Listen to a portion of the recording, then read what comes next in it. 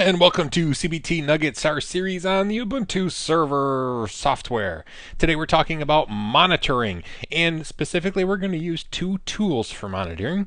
We're going to use Hugin and Mugen from Norse mythology, except that Hugin is actually going to be played by Nagios, but Munin is the software that we're going to use. I don't know. Actually, the software is named after the one of Odin's ravens called Munin, and the other tool we're going to use is Nagios, which is actually, I believe, named after the word nag because it nags you when things go wrong. But we're going to look at those more closely. I just wanted to draw birds, and apparently I can only draw birds properly when they face that direction. When they face left, they're kind of difficult to tell that they're birds at all. Nonetheless, we're going to start out with Nagios. Now, the two different tools we're talking about, again, Nagios and Munin.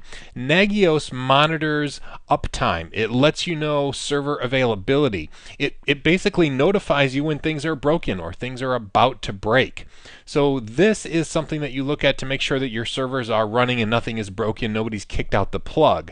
When we look at Munin, after we set this up, that is basically a performance monitoring tool. So you can look back in history with graphs and stuff and see, how your server's performing over time. So Nagios, it nags you if something goes wrong. Munin, it keeps a long memory. In fact, Munin is the Norse word for memory, and it remembers how things have been going and keeps track of your server's history. So that's what that monitors. Anyway, we're going to start out by setting up Nagios. Basically, how it works is you have one Nagios server, and it can monitor and keep track of many clients. Now, the confusing part about this is that these clients are actually servers, which I know makes it a little bit more frustrating or more confusing to understand. So basically, we're going to say this is like the management console, or this is the place where everything is kept track. This is actually just the Nagios server, and these are the clients, the Nagios clients, which are actually server machines. Hopefully that makes sense. Basically, we just install the reporting tools on this, and they send all the information back to our Nagios server to keep track of all the information so that we can look at and get notified if one of these, for example, if one of these all of a sudden the network breaks and it's no longer online, the Nagios server will recognize that it's not getting information back and forth anymore, and it will let us know.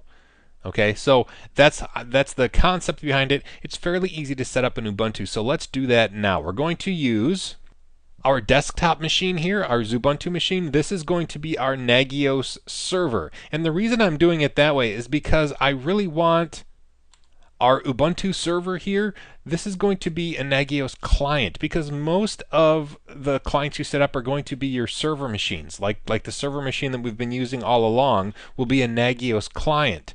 Now, yes, in real life, quote unquote, this will most likely be a headless machine without a GUI running as well. However, for our instance, it's going to be fine that this Ubuntu box is going to be our Nagios server, and our server machine that we SSH into, this is going to be the client machine reporting to it. Okay, so we'd have to install a few packages, and that's about all there is to get Nagios installed. We change a couple configuration files and we'll be golden. So on our Nagios server, which again I know confusing, it's going to be this workstation that we're on right now, our Xubuntu box with the blue background. This is going to be our Nagios server, so we need to install two packages. We're going to sudo apt-get install Nagios 3, that's the version of Nagios that comes standard with Ubuntu Server 1204. And we're going to install Nagios-nrpe-plugin. Now what this is the Nagios Remote Plugin Executor plugin. This is going to allow the server to remotely execute commands when we install the client software over here. This is the plugin for our Nagios server that allows it to do those remote executions to run tests and things like that. So we'll install that. It'll install all the dependencies on our server because apt is an awesome package management system. Now during this setup, it's going to ask us for our web administration password. So we enter this twice. Now, it's important to notice, and I had to actually do some Googling because I didn't know what the login was. But the Nagios admin is going to be the username. We enter the password here. It'll ask us to repeat that. And now we have installed Nagios server on this workstation. So we should be able to actually log directly into Nagios. We'll start up Firefox here. And to do that, we go to http://localhost/Nagios3, and it should ask us for our username and password. Remember I said it was important to remember that username? Nagios admin, the password that I created. And now we get this fancy Nagios core. Now this is going to be a slightly different version than is in 12.04, I believe, because remember our workstation here is running a newer version of Ubuntu or Xubuntu. But this is basically what it's going to look like when we access the Nagios 3 server screen. It's going to look like this. And along the side here is where we have all the information for the computers that are currently reporting to it. Now, by default, there's only one computer, one client that it's keeping track of. If we go to hosts, we can see that it's localhost. That's the only computer that it's currently keeping track of.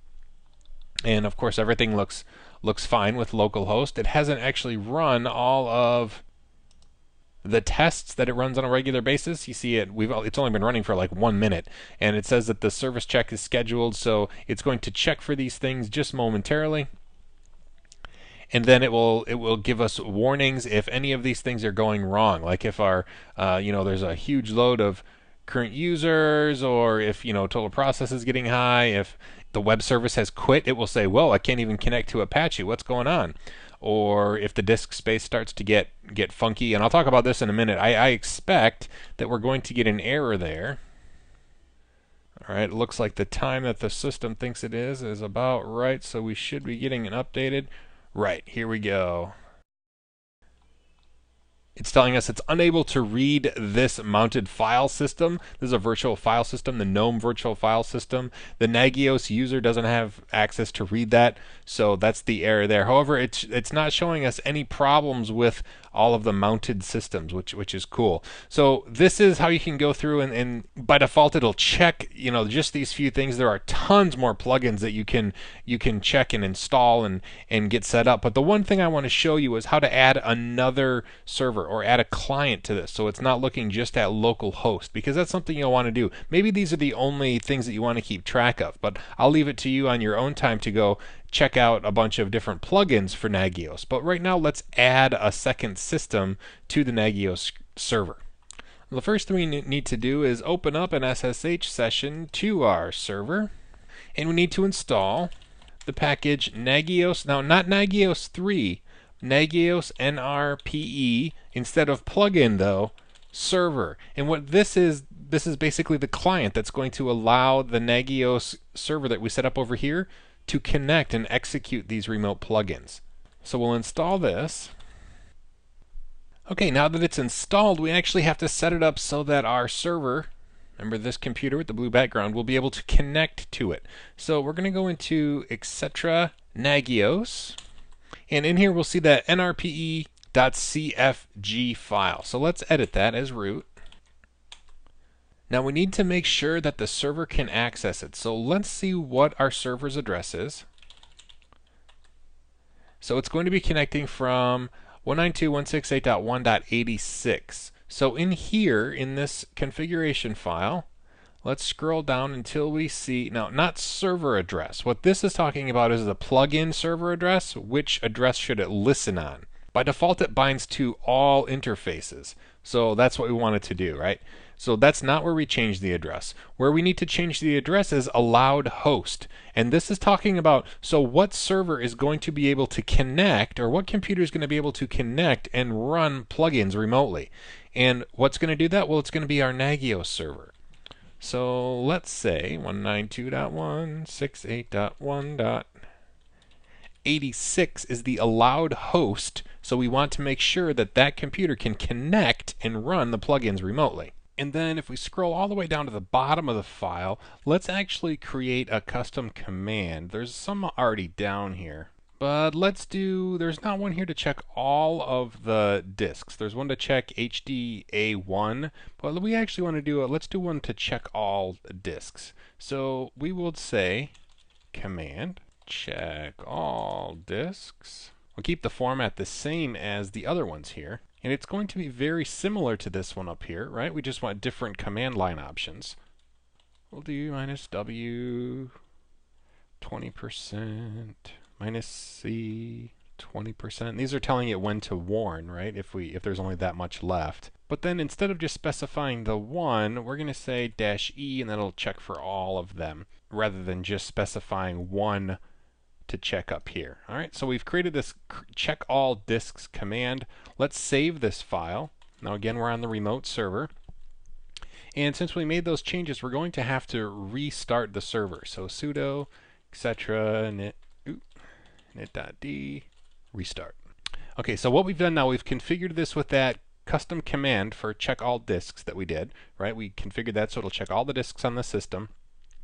And we've also allowed this machine here, our Nagios server, to be allowed to connect and run those remote plugins. I know it's a little bit confusing, so this is something that I want to walk through with you, and then you may have to go back through and do some testing on your own just so that you can see what's going on. But we've set this system up. Now we have to come back to our server here and actually configure it to connect to this server, because right now it's still just connecting to localhost. Alright, so what we've done now is we've actually gotten the client configured so that it can report to the server. Now the server has been reporting to itself just fine, right? We tested that at first, but we've configured the client to now report back to the server. And actually what's happening is the server is querying the client and the client's going to return, but we have to configure the server to query that remote server that's set up to listen to it. So now we have to go back to this server, right? We have to go back to our Nagios server and go into the etc. Nagios 3 folder. Inside here, there's a conf.d folder. And here we have all the configuration files for different things that it does. This is where you put a configuration file for every client server that you want it to keep track of. So we're actually going to create one. And I'm going to cheat. I know that localhost, remember, it's already configured. It's already listening on localhost. So what I'm going to do is I'm just going to copy localhost nagios2.config to cbt server.cfg. And then we're going to edit cbt server.cfg, and we're going to change this so that it reflects this cbt server, right? Obviously, the host name is not localhost. Now it's going to be cbt server. Alias is going to be cbt server. And the address, if you remember, is 192.168.1.80. which over here I just did an if config to show you, and sure enough, remember bond 0 we set up many nuggets ago? Well, the IP address is 192.168.1.80. So we've set up the host configuration for this system. Now we're going to actually define our own custom service. So I'm going to just delete all of the stuff that was configured to check on localhost, and we're going to configure one service on our own. All right, and let's make a comment so that we know what it is. It's going to be the Nagios remote plugin executor disk check. To do that, we make another stanza, kind of like we defined host, only this time we define service. You can look in the other configuration files in this folder for examples of what these look like. I'm going to type this one out. Our host name is cbt server. Here's where we put the command. Remember we defined that custom command? Well, when you specify it, this is the point where Nagios starts to get a little frustrating. It's kind of a pain to configure. It really truly is. And this is one of the examples of why. So what's happening is this Nagios server is going to be querying the remote CBT server. So we have to tell it to use its ask another server command, which is check nrpe with one argument. Then we separate it with an exclamation mark. We tell it what command do we want to do. Remember we defined a command called check_all_disks disks. And then another exclamation point to separate the arguments here, and we have to tell it what computer for it to run on, which seems a little redundant since we specified the host name up here, but nonetheless we have to. So 192.168.1.80.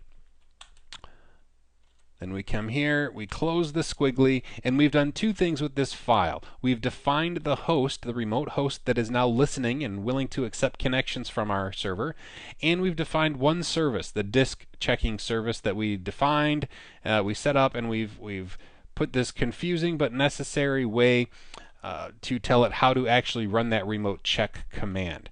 All right, so let's save this file. And now let's restart Nagios because it has to load all the configuration files, including the one we just created. So I'll just do the upstart restart command here. So Nagios 3 has been restarted. Now we're still logged in back over here. However, now if we look at services, we should see another host here as well. Let's see if we have things set up correctly. Sure enough. So now it has another host that it's doing things. It's only doing the one service that we have set up. Remember, this is the service. We named this. We could have named it check disk on remote server instead of nrpe-disk, but we named it this. And the status is pending. Just like when we first installed Nagios, the status was pending. So it's actually going to run this service at 8:08:25. So I'll probably pause this for a second. First, I want to explain here.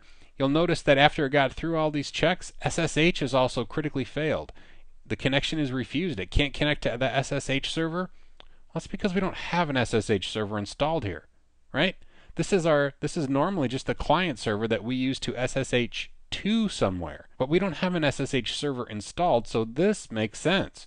It would be really strange if it was listening for SSH connection, since we've never installed SSH server on localhost on this computer. So this makes sense, right? We'll hit refresh when the time is right. Oop. All right, it should be running right now. It says the time here is 8:08:26. 8:08:25 was when it ran. We'll click here again to refresh, and bam, it's okay. Now we can click on this service and see, so it found like the root drive has that much used, that much free, or that much available. So, you know, there's no errors. We're okay. We're in okay shape. And we've done this now for not only localhost, but also for the CBT server.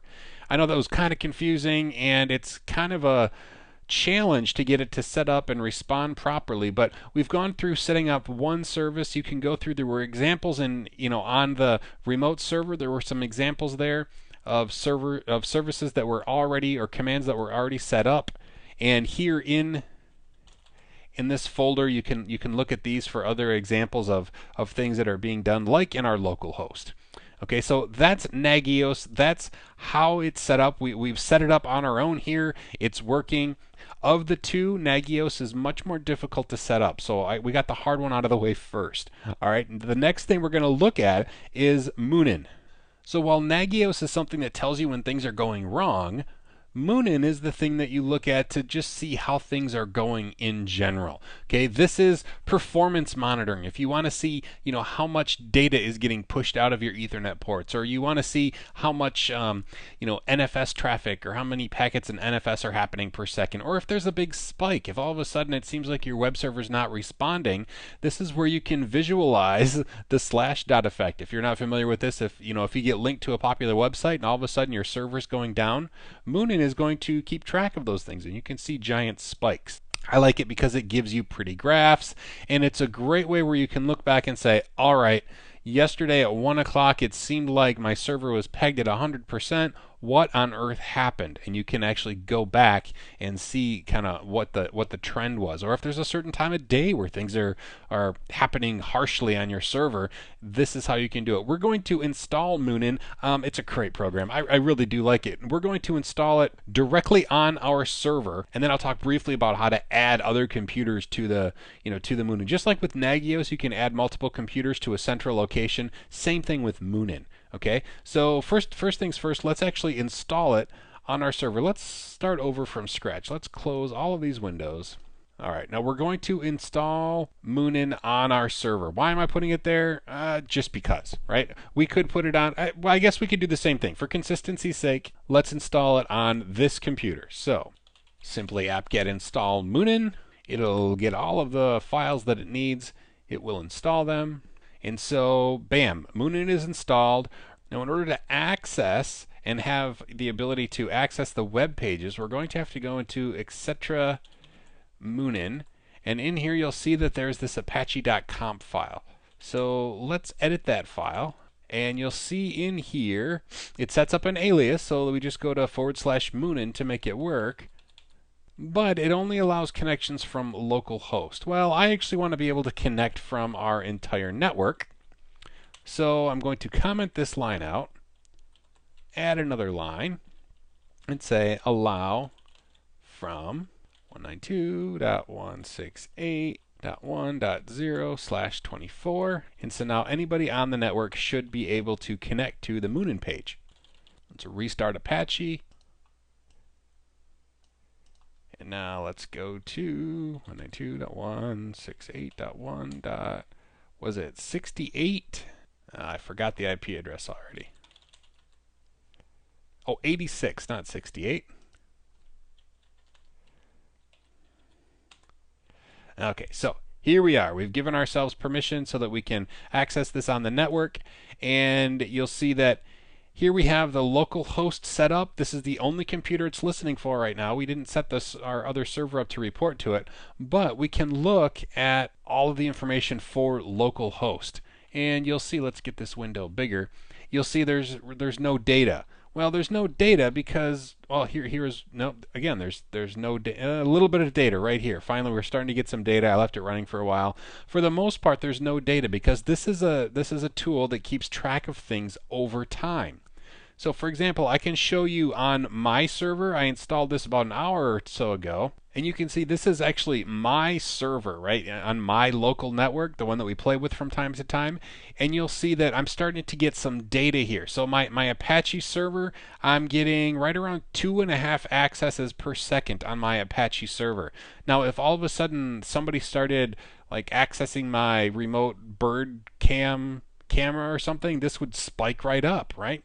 And same thing, there's just tons and tons of data that is available. I/O data, which is nice to see a graph of what all the I/O data looks like. We can see the network traffic. This is one that I like a lot as well. It shows both incoming and outgoing traffic. So the negative stuff here is traffic in, and the positive traffic on the top here is a representation of traffic going out of ETH0. On my server. Okay, so that's kind of a neat graph. It shows firewall throughput, all sorts of stuff. NFS, anything served by NFS, and it breaks it down into all sorts of what exactly the NFS server is doing. Now, it's kind of cool. The reason we can get all this different data is because, remember, NFS is a kernel level server, so there's all sorts of information available to Moonin in order to track. But let's go back to our server setup here. Okay, so this is our server, Moonin. It's running here, but we want to now add another server. So when we go to the overview, we don't just have localhost, we want to have another server as well. And that's fairly easy to do. Shrink this down a little bit. What we need to do though is go into our server and install an application called Moonin Node. Now this is a little bit clearer than the Nagios setup, right? Moonin is installed on our central location on our server here, and Moonin-node is the remote node that will just do the reporting to the central server. So Moonin node is now running, but we need to go in there and configure it because just like before, we have to tell it who's allowed to access its data. So we go into etc Moonin, and in here we'll see there's this moonin-node.conf file. So let's edit that.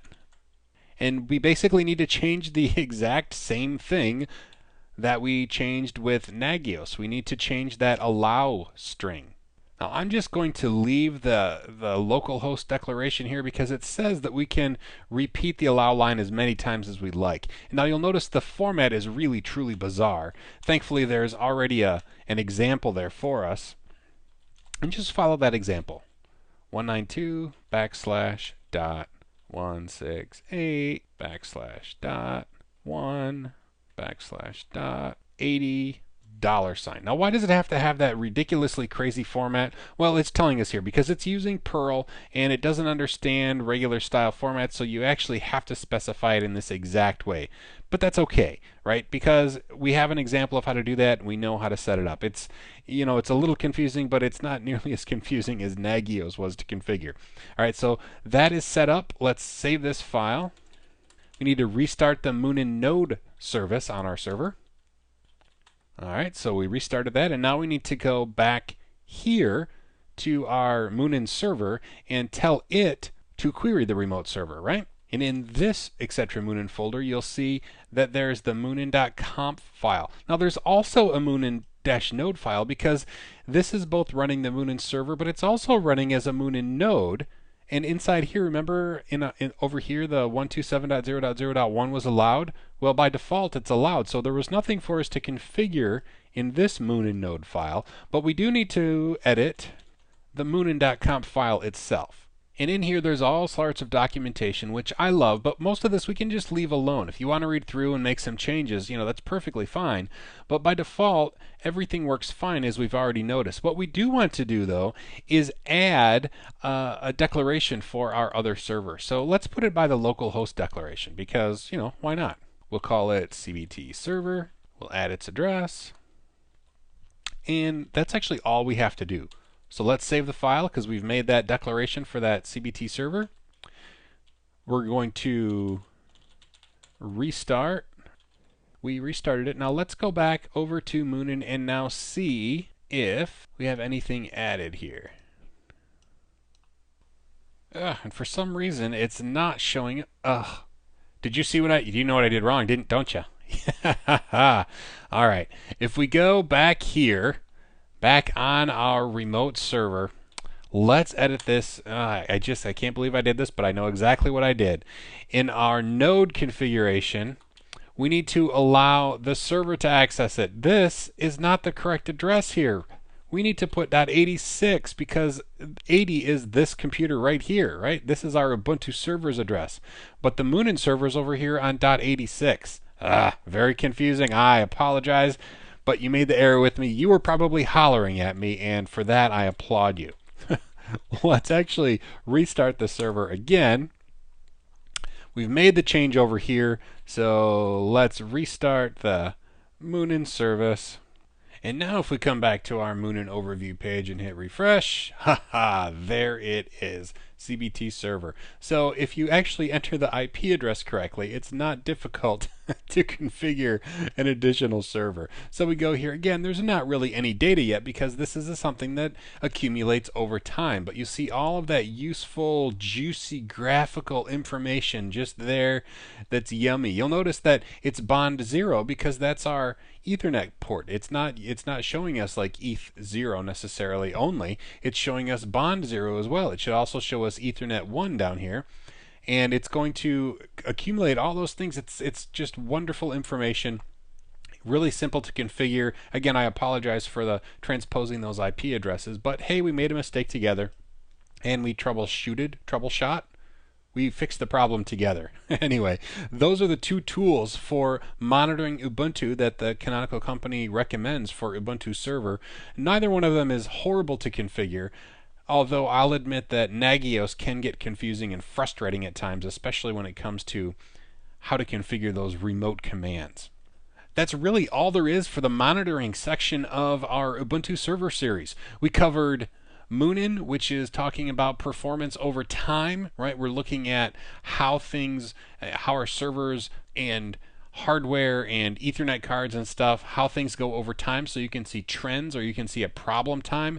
And then Nagios is that, something's broken, and it'll notify you. It'll notify you over email. You can configure it to notify you all sorts of ways. Nagios is very, very popular for monitoring systems like that, but if you ask anybody, it truly can be frustrating to configure as well. So if you get frustrated, don't worry. And if you really want to configure Nagios for a large environment, I'll just add this at the end.